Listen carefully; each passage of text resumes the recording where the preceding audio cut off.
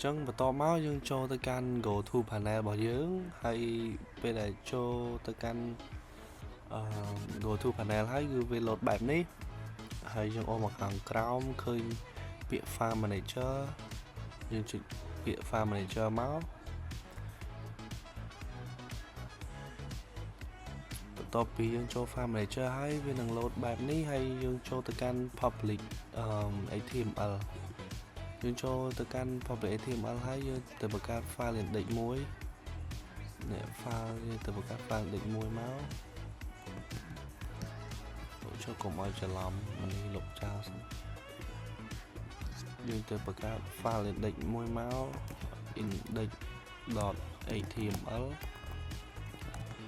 យើងជួយពាក្យ create new file ហើយបន្តមកយើងចុចទៅលើហ្នឹងយកពាក្យ edit ហើយបន្តមកយើង edit មកឧទាហរណ៍ដាក់ថា